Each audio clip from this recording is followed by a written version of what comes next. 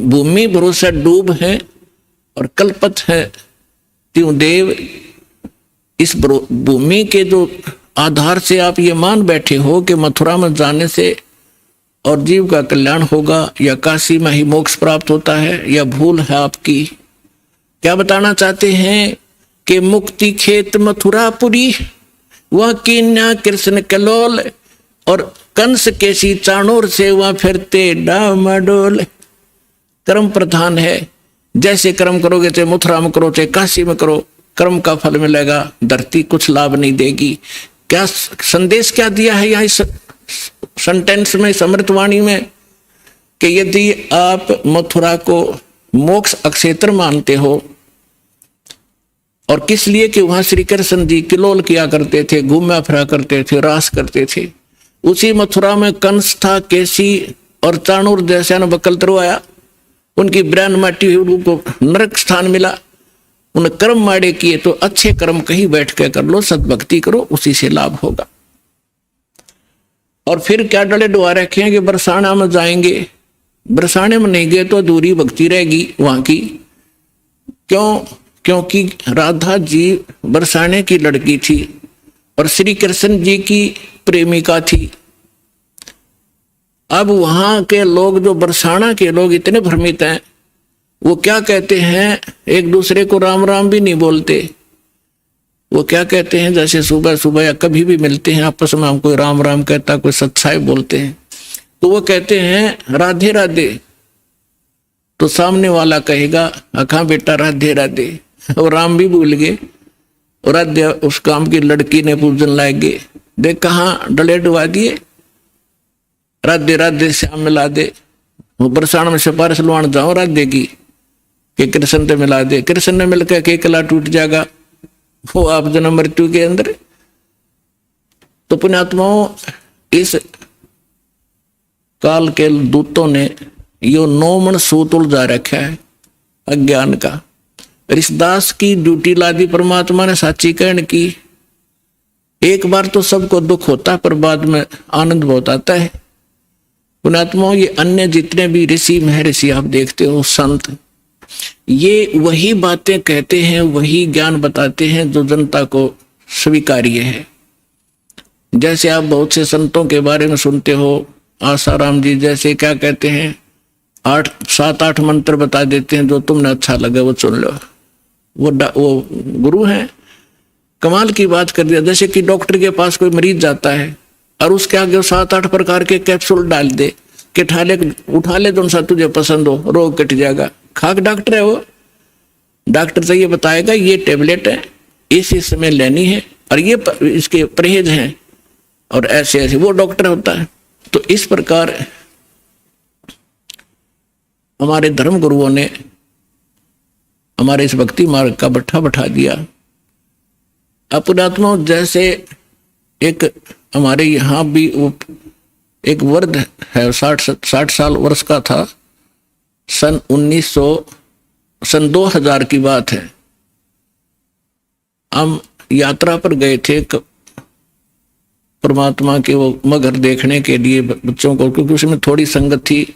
इनको दिखाकर काशी में लहर तारा तालाब दिखाया, इनको ये दृढ़ हुए, फिर उन्होंने लाखों को दृढ़ कर दिया कि सचमुच हम देख कर आए हैं। बाकी वहां जाना सिर्फ मोक्ष नहीं, लेकिन अपना तीर्थ स्थल, अपना विश्वास दृढ़ करने के लिए हम गए थे। तो रास्ते में एक्सीडेंट हो गया किसी कारण से, जिस बस में वो बूढ़ा बैठा था उसकी टांग फ्रैक्चर होगी।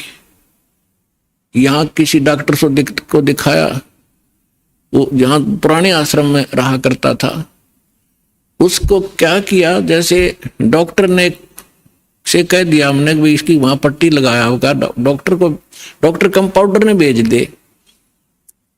और वो बूढ़ा जाते ही नो कह, क्योंकि जख्म था उसके ऊपर से जो पट्टी उतार के, और उसके अंदर जो जख्म बना हुआ था उसको जरा सा भी हाथ लावे और वो नौका मर गया मर गया मर गया। तो कंपाउंडर क्या करे, उसी के ऊपर ऐसे ही थोड़ी सी पट्टी लगावे, दवाई लगा और पट्टी बांध जावे। रोजाना के 20 रुपये ले ले, 5-7 उसके होंगे, 2-4 5-10 डॉक्टर के होंगे उसमें से। तो 1 महीना हो गया, दर्द ज्यों का त्यों, चिल्लावा बूढ़ा। तो एक ऐसे ही कोई हमारा उसमें एक सेवक रहता था, उसका मित्र एक डॉक्टर था, वो चला गया। उसने पहले भी देखा था कि बूढ़े का चोट लग गई, हाँ जी फ्रैक्चर हो गया था। उस दिन 1 हफ्ता 10 दिन के बाद उसने फिर पूछा क्या वृद्ध ठीक हो गया? तो उस भक्त ने बताया जी ठीक अभी हुआ नहीं है। तो उसने कहा चलो मैं देखता हूं। उसने जाकर देखा, वो पट्टी उतारी, उसमें मवाद भरा और इतना बड़ा सूज रहा वो। तो उसने कहा, इसने तो बैठा दिया, भाई कौन ऐसा डॉक्टर, ये तो मवाद निकालने पार पड़ेगी। वो मोटरसाइकिल से उसके स्कूटर अपने घर पर गया, वहां से सारा ट्रीटमेंट का सामान लिया और वो पट्टी पाड़ के और उसका मवाद निकाला। बूढ़ा रोया बुरी तरह, है मर गया, है मर गया। वो कहने लगा, बाबा जी थोड़ी सी देर मर लेगा फिर ठीक हो जाएगा, ये दर्द 5 मिनट का है, फिर कति सुख हो जाए ना, टांग कटेगी तेरी। ऐसा जुल्म कर दिया इस नालायक ने। तो पुण्यात्मा उसने करके साफ और लगा के दवाई, पेन किलर दवाई गोली दे दी। तीसरे दिन जख्म भर गया बूढ़े का और 1 हफ्ते में कति चालन ठीक हो गया। तो ये 2 नीम हकीम हैं जो ये कहते हैं कि समाज नाराज हो जाएगा, श्राद्धन मना करे हैं, देव देवता की पूजा मना करे हैं, सारे विरोधी हो जाएंगे, बेशक हो जाओ। ये तो है नीम हकीम जो केवल ने सोचा ये नाराज ना होने चाहिए, चाहे बेशक इनका नाश हो जाओ। अरदास है सर्जन, एक बार दर्द होगा लेकिन सदा का सुख हो जाएगा पूरे मानव समाज को, और इसको करके छोड़ दूंगा।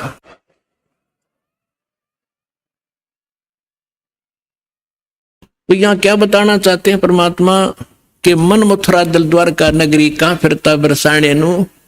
इस मन से और दिल साफ करके भक्ति कर सच्चे परमात्मा की सच्ची साधना कर, कहाँ बरसाने में भटक रहा है।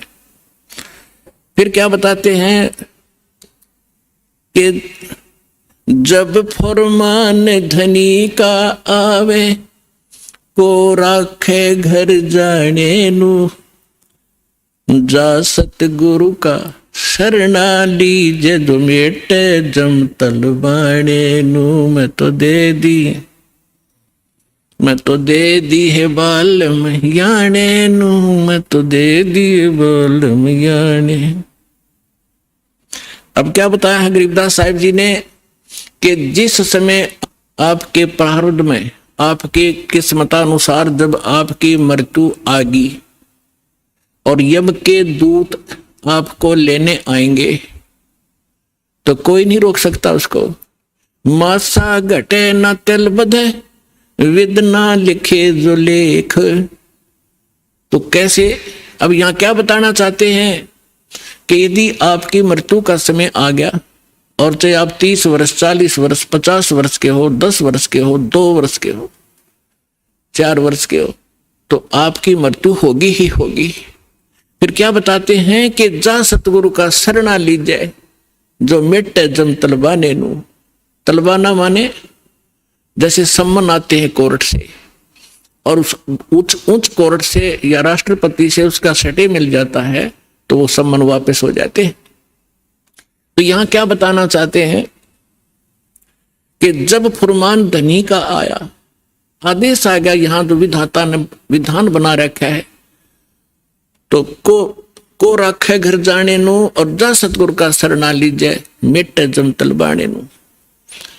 धर्मराज दरबार में देई कबीर तलाक, मेरे भूले चुके हंस को तू पकड़िए मत कजाक। बोले पुरुष कबीर से धर्मराज कर जोड़े, तुमरे हंस को पकड़ो नहीं मुझे 2 ही लाख करोड़े। फिर क्या बताते हैं, धर्मराज ने फिर विनती की, प्रभु हे परमेश्वर, यहाँ का एक विधान है इस हमारे लोक का कि जैसा कर्म जिसने किया है वो दोनों भोगने पड़ेंगे, पुण्य भी और पाप भी। तो वो तो मैंने दंड देना पड़ेगा, उसका कोई समाधान बताओ। तो क्या बताते हैं कि कर्मों से तीरथ हैं वो अब जो जपे कबीरे, उनको तो पकड़ना पड़ेगा और जड़नी पड़े जंजीरे। वो तो मेरे बस की बात नहीं, मेरी विधान है परमात्मा। तब परमात्मा कबीर जी ने कहा कि कर्म भ्रम ब्रह्मांड के मैं पल में करहूने से, जिन हमरी दो ही दी सो करो हमारे पेश। कहते हैं ये कर्म भ्रम तुमने यहाँ इनको मिसगाइड करके बुरे जुल्म करवा रहे हो तुम। ये कर्म भ्रम ब्रह्मांड के मैं पल में कर दूं नेस, इन पर कलम मार दूंगा, इनको खत्म कर दूंगा। और जिन्होंने मेरी दुहाई दी वो करो हमारे पेश, उसका अकाउंट भी मत लेना तू।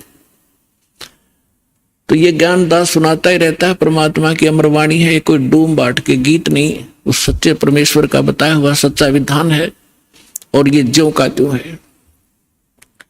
परमात्मा ने कहा कि जो ये कह दे मेरे पास, तेरे पास आके मैं परमेश्वर कबीर जी का भक्त हूं, उसका अकाउंट भी मत लेना। जो मेरा सत्य साधक हो और किसी गलती से वो तुम ले भी आए हो तो मेरे पास भेज देना, करो हमारे पेश। एक भक्त बता रहा था जी, मैं सपने में रात को सो रहा था और दो बैंकर से आए और मुझे कहने लगे कि चल तू। मैं उठकर चल पड़ा उनके साथ साथ। और जब पहुंच गए ना, एक बड़ी सी बिल्डिंग दिखाई दी थी, उसके निकट जाकर मैंने पूछा भी कहां ले जा रहे हो तुम मुझे? वो कहने लगे हम तुझे धर्मराज के पास ले जाएंगे और वहां तेरा लेखा जोखा होगा, फिर उसके बाद आगे जैसे आदेश होगा तेरा आगे फिर हम उसके बाद बताएंगे। तो कहने लगा तुम यम के दूत हो? हाँ, कहा यम के दूत हैं। तो उसको बात याद आ गई कि हमने ज्ञान में सुना है, गुरुजी बताते हैं परमात्मा कबीर जी के भक्त को और यम के दूत नहीं पकड़ सकते। तो मैं उनके साथ झगड़न लग गया गुट्टम गुट्टा कि तुम मुझे नहीं ले जा सकते, छोड़ो। तो काफी देर मेरा उनका झगड़ा हुआ। तो मैंने बताया कि मैं कबीर परमेश्वर की भक्ति करता हूँ, सच्चे सतगुरु की शरण में हूं, तुम कैसे ले जा सकते हो? और नहीं तो पूछ लो तुम्हारे उस जिसके पास मुझे ले जा रहे हो। तो उन्होंने देखा कि बड़ा दृढ़ता से बोल रहा है। उसने कहा, एक ने कहा कि तू यहाँ खड़ा रहे, मैं पता करके आता हूं। कहते वो अंदर गया, उसने मुझे आवाज सुनाई दे। उसने पूछा कि महाराज ऐसे ऐसे, वो कह रहा है कि मैं कबीर जी का शिष्य हूं, भक्त हूं और तो मुझे नहीं ग्रहण कर सकते। धर्मराज से कहा। धर्मराज ने अकाउंट देखा, वो दोबारा खोल कर देखा कि निकम्मे कितने आई इसने, इसको वापस छोड़ दो फटाफट, मुन्ने भी मरवाओगे तुम। तो तभी वापस आया और कहने लगा अरे छोड़, इसने बला ने ऊपर तो पटक दिया मैं और न्यू आऊं जैसे गोते खाता हुआ, झटके लगता हुआ, और एकदम बॉडी में प्रवेश किया। और जब मैं उठा पसीना पसीना हो रहा, मेरी जाग खुल गई, नींद खुल गई और काफी देर तक मेरा शरीर सुन रहा, मैं हिल डुल नहीं सका, हिल डुल नहीं पाया। यदि मुझे ऐसी स्थिति मेरे शरीर की ना होती तो मैं सपना मानता इसको। तो उस दिन के बाद कह रहा कि और गणा दृढ़ विश्वास हो गया परमात्मा पे। तो यहाँ गरीबदास जी उसी परमात्मा की समर्थता बता रहे हैं कि जब फरमान धनी का आवे को राखे घर जाने नु, कौन बचाओ वहां जाने से? और जा सतगुरु का शरणा लीजे मेट जमतल बाणे नु, मैं तो दे दी बालम याने नु, मैं तो दे दिए बालम याने नु। उत्तर दक्षिण पूरब पश्चिम तो फिरता दाने दाने नु।